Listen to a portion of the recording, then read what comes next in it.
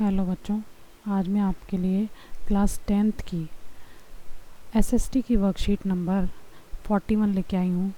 बच्चों, इसमें भूगोल बुक का लेसन चल रहा है आपका, और लेसन का नाम है भारतीय अर्थव्यवस्था की जीवन रेखाएं। और जो आपकी वर्कशीट में आया है वो आया है वायु परिवहन।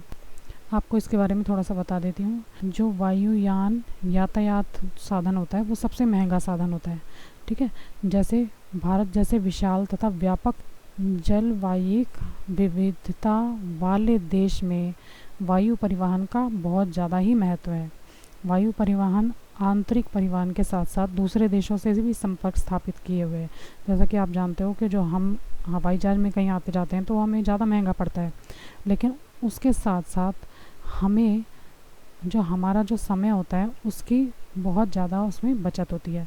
यानी कि अगर मैं मतलब हमें भारत में ही जाना होता है तो भी हम जल्दी पहुंच जाते हैं, और भारत से अगर विदेश में जाना होता है तो भी हम बहुत जल्दी पहुंच जाते हैं, ठीक है। तो इस हिसाब से वायुयान जो है वो अच्छा भी साधन है, महंगा भी साधन है और तीव्रतम साधन भी है। यात्रा एवं माल परिवहन के अलावा देश की रक्षा के लिए भी वायु यातायात का विकास आवश्यक है। हम ट्रैवल तो करते हैं वायुयान में, ठीक है। उसके अलावा जब हमारी देश में लड़ाई हो जाती है या किसी दूसरे देश से लड़ाई हो जाती है तो कुछ भी सामान पहुंचाने में सबसे जल्दी पहुंचाने वाला साधन जो है वो वायुयान वाला ही होता है। आपातकालीन स्थिति में वायु परिवहन की सुविधा महत्वपूर्ण भूमिका निभाती है। जब भी इमरजेंसी होती है, इमरजेंसी में कोई सामान जल्दी से जल्दी पहुंचाना होता है, चाहे वो बॉर्डर का हो चाहे वो लड़ाई का हो, ठीक है बच्चों, तो उसमें वायु यातायात ही सबसे इम्पोर्टेंट होता है। चाहे 1990-91 में खाड़ी युद्ध के दौरान जॉर्डन एवं अन्य खाड़ी देशों के नागरिकों की वापसी हो, या कोरोना महामारी के दौरान विश्व के अलग अलग देशों से भारतीय नागरिकों की वापसी हो, चाहे तो वो युद्ध के दौरान वापसी हो, चाहे वो कोरोना अब ऐसी महामारी चल रही है जिससे कि जो दूसरे देश में हमारे स्टूडेंट्स पढ़ने जाते थे या काम करने वाले लोग जाते थे, उनको भी अपने देश में वापस लाने के लिए ही वायु यातायात का सबसे इम्पोर्टेंट रोल रहा है।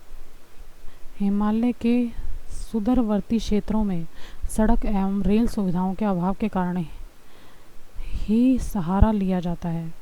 अब जैसे पहाड़ी इलाका होता है जहाँ पे कि सड़कें नहीं हैं अच्छी और रेल सुविधाएं भी वहाँ पे उपलब्ध नहीं है, तो वहाँ पे क्या होता है बच्चों, वायु यातायात द्वारा डाक सामग्री भी तीव्रता से पहुँचाई जा सकती है, ठीक है। कुछ भी सामग्री हो, चाहे डाक की सामग्री हो या फिर कोई अन्य सामग्री हो, वायु यातायात से आसानी से पहुंचाया जा सकता है कोई भी सामान।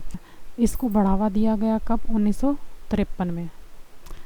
1953 में वायु परिवहन का राष्ट्रीयकरण किया गया, यानी कि वायु परिवहन को और ज़्यादा महत्व दिया गया ताकि वो ज़्यादा से ज़्यादा कामों में वायु परिवहन का सहारा लिया जा सके।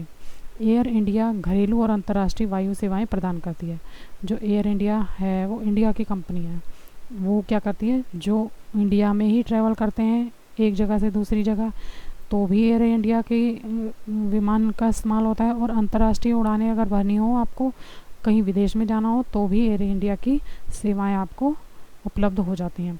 पवन हंस हेलीकॉप्टर लिमिटेड, ये भी एक कंपनी का नाम है बच्चों। देश के अगम्य एवं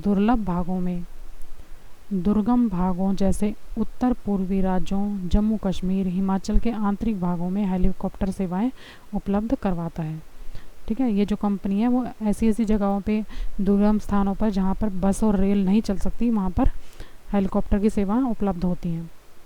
भारत में वायु परिवहन की शुरुआत 18 फरवरी 1911 में हुई थी, जब इलाहाबाद से नैनी तक वायुयान से डाक ले जाया गया। यह दुनिया की सबसे पहली मेल सेवा थी।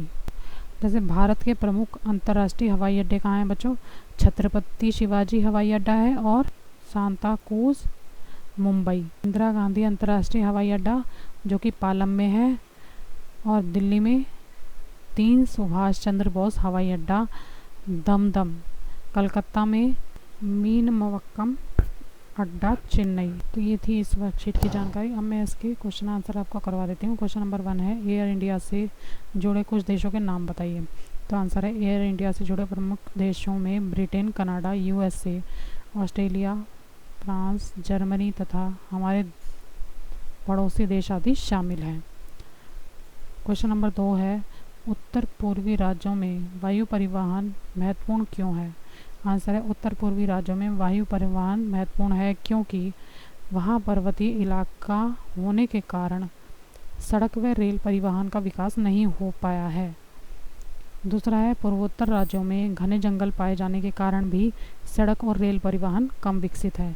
तीसरा है, वहाँ हजारों नदियाँ हैं जिसमें हर वर्ष बाढ़ आती है, इस कारण से रेल और सड़क परिवहन उपयोगी नहीं है।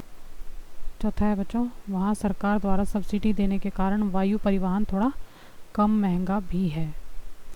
तीसरा प्रश्न है, वायु परिवहन का राष्ट्रीयकरण कब हुआ था या कब किया गया था? आंसर है, वायु परिवहन का राष्ट्रीयकरण 1953 में किया गया था। चौथा क्वेश्चन है, आपातकालीन स्थिति में कौन सा परिवहन सबसे अधिक उपयुक्त है? तो आंसर है, आपातकालीन स्थिति में वायु परिवहन सर्वाधिक उपयुक्त है। ये थे इसके 4 क्वेश्चन। आज की वर्कशीट में इतना ही। अगर आपको मेरा वीडियो पसंद आया हो तो प्लीज़ मेरे चैनल को लाइक करना, सब्सक्राइब करना। Thank you very much.